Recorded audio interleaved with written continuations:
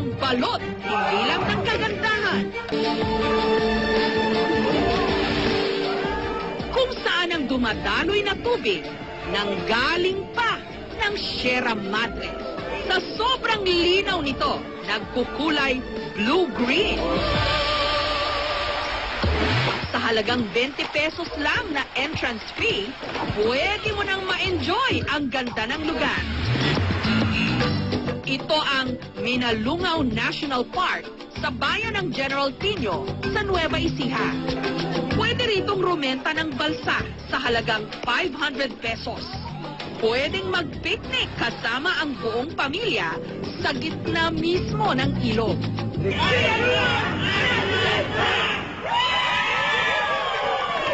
Maganda po.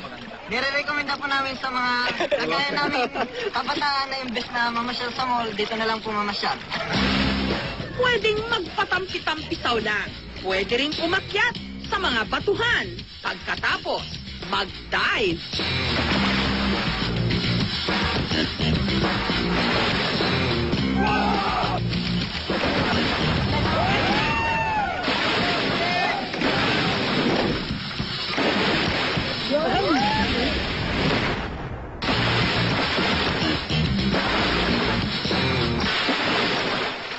Sinasabi nga ng karamihan, maraming characteristics itong Minalungaw National Park na nasa kanya lang.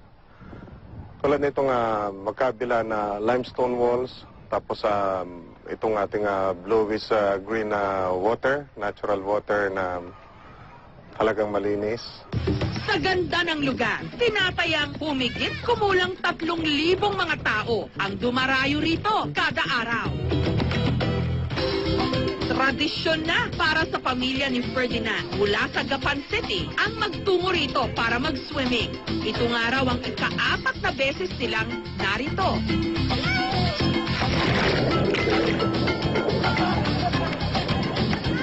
Sa halagang 580 pesos lang daw kasi, sulit na ang bakasyon ng kanilang buong pamilya. Masarap ditong magpunta, refresh, nakakawala siya ng stress. Pero sa likod daw ng kahali-halinang ganda nito, ang paraisong ito, nababalot din daw ng misteryo.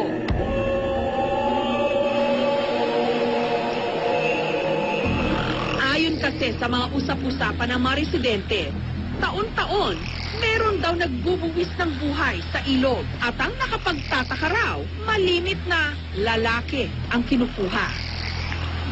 Pero hindi lang daw basta-basta lalaki. Ayon pa sa mga kwento, madalas daw, guwapo.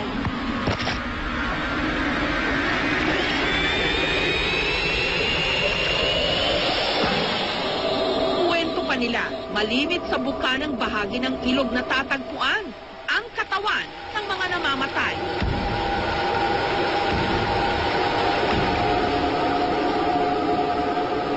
At kapag nakukuha ang bangkay, tanging leeg at mukha lang daw nito ang maitim.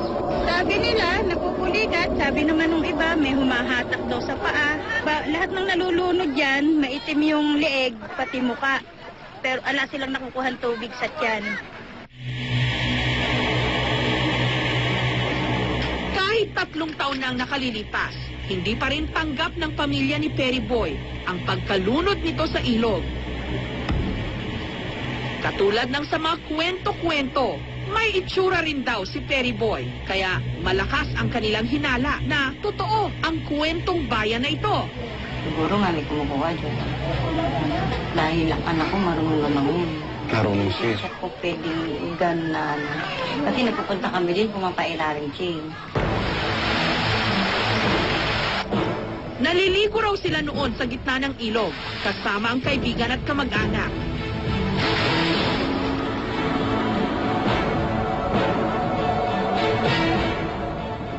Nung biglang hulikati ng kaibigan ni Perry. Kawawa yung mga anak. Napakabait niya.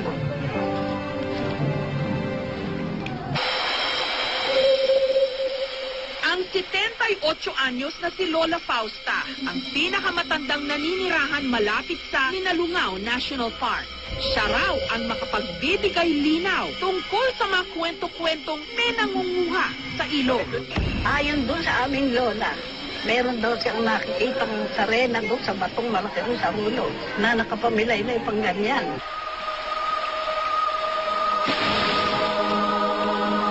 Yung siguro ang sabi nila kung siya parang nangahatak pa rin, kaya puro lalaki ang namamatay.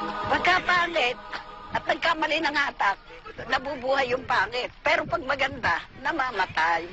May ilang pangitain din daw sa tuwing may kukuning buhay na naman ang ilog.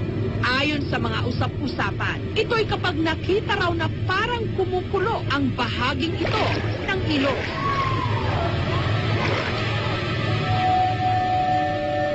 Sinasabi ring may mga engkantong umaaligid. Marami sa mga residente rito, pagpapana ng isda ang ikinabubuhay. Katulad ni Lito, kwento ng kanyang kumparing si Ronaldo.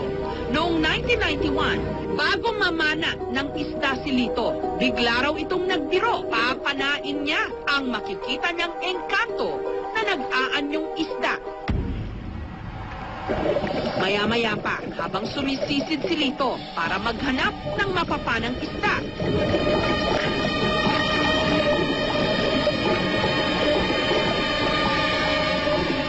Nagtaka si Ronaldo kung bakit nagtagal si Lito sa ilalim ng tubig. Hanggang sa bangkay na nung si Lito'y kanyang nakita. Kinuha ko na siyang patay sa ilalim. Kasi sabi nila, nagsa-isda raw, naghugis isda. Yung may hawak nitong lugar. Katulad ni Ronaldo, nakita rin daw ng anak ni Lopez ang diumanoy itim na isda na naging dahilan daw ng muntika ng pagkalunod ng kanyang anak na si Janice. 5 years old noon, mabuti na lang daw at nailigtas ito ng kanyang mga magulang. Sabi ng misis ko, titingnan may bata, ayaw mo ka ako sisisiring ko na lang pag nalunod. Ayun, parang ako kinuha niya. Yung parang telikis yung aking kwan. May pagsubok sa akin yun. Kwento ng kanyang anak na si Janice. Meron daw tila malaking isda at hipon na di umano umatak sa kanyang mga paa. Malaki pong isda, natakbo ako. Tapos po napunta po ako sa malalim. Nagkasama po siyang hipon. Para maiwasan ang panibagong sakuna, ang lokal na pamahalaan ng General Tino nagtalaga na ng mga magbabantay sa mga naliligo sa ilog. Pag po ma'am nakapwesto na, kami na po yung magbibigay ng babala sa kanila. Kahit na lang may babala kami nakalagay dyan, personal po namin pinagsasabihang mag-iingat at para makaiwas sa sakuna. Nag-imbita rin kami ng professional diver para hingin ang kanilang opinyon kung talaga nga bang may kababalaghang nangyayari sa National Park.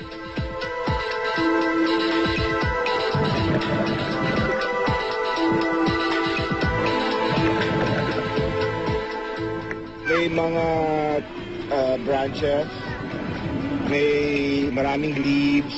Gravelly yung ilalim parang gravel siya. Paglalim namin, ang lamig! Sand lang, cold water, submerged 3 branches. Yung deepest depth na nakita namin was 29 feet. Personal opinion, no? Ang opinion ko lang to is baka lasing sila, hindi sila komportable sa tubig, nagmamayabang, pumupunta dyan sa I mean, kahit anong sabihin, 39 feet pa rin yan. Kung hindi ka magaling lumangoy, hindi ka dapat dyan. Una, siguro ay yung lalim ng tubig. Kung makikita natin yung ilog doon sa Minalungan ay hindi mababaw. Yung tubig at agos, marari itong maging dahilan ng pagkalunod. Ang isa pang pwedeng dahilan ay mas mahirap lumangoy sa tubig ilog. Hindi katulad sa dagat yan na mas dense yung tubig. Kapag humiga ka, halos lulutang ka na. Sa tubig ilog, mas fresh yung tubig. So mas nagsisink tayo dito kapag lumalangoy tayo. Ang pagbula doon ay pwedeng meron ka nga mga kuweba sa ilalim ng lupa, no, na nakadugtong doon sa ilog. Doon sa mga kuwebang ito, may mga nakatrap, may mga natrap na hangin. Yung mga kuwebang din ito, siya yung kuminsan nagpapasok ng tubig doon sa ilog. At sa pagpasok ng tubig sa ilog, na kasama nito yung mga natrap na hangin.